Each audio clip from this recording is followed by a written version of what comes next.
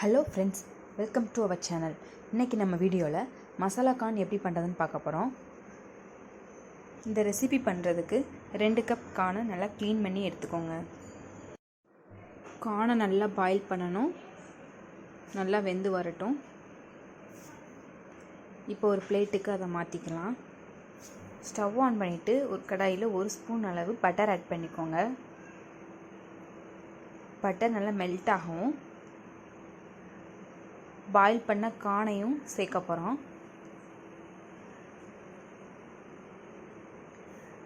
இப்போ கார்ன் சேர்த்துக்கலாம்.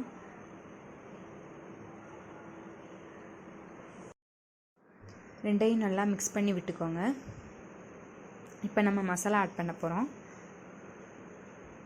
1 tablespoon chilli powder add பண்ணிக்கோங்க.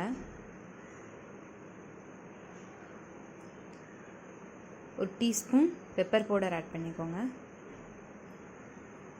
அடுத்து 1 tablespoon coriander powder add பண்ணிக்கோங்க. இல்லைனா சாட் மசாலா கூட ஆட் பண்ணிக்கலாம். எல்லாத்தையும் நல்லா மிக்ஸ் பண்ணி விட்டுக்கோங்க. இப்போது தேவையான அளவுக்கு உப்பு சேர்க்க போகிறோம்.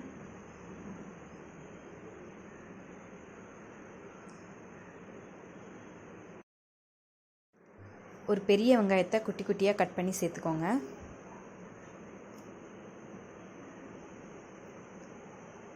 ஒரு பெரிய தக்காளியை குட்டி குட்டியாக கட் பண்ணி எடுத்து வச்சுருந்தேன், அதையும் சேர்த்துக்கலாம். எல்லாத்தையும் நல்லா மிக்ஸ் பண்ணிக்கோங்க.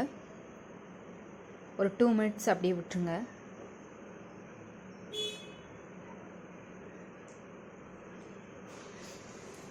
கடைசியாக ஒரு டேபிள் ஸ்பூன் அளவுக்கு லெமன் ஜூஸ் ஆட் பண்ணிக்கோங்க.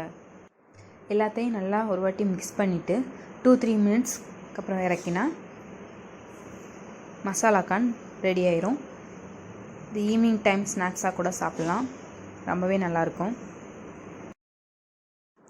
இப்போ ஒரு பிளேட்டுக்கு மாற்றிடலாம்.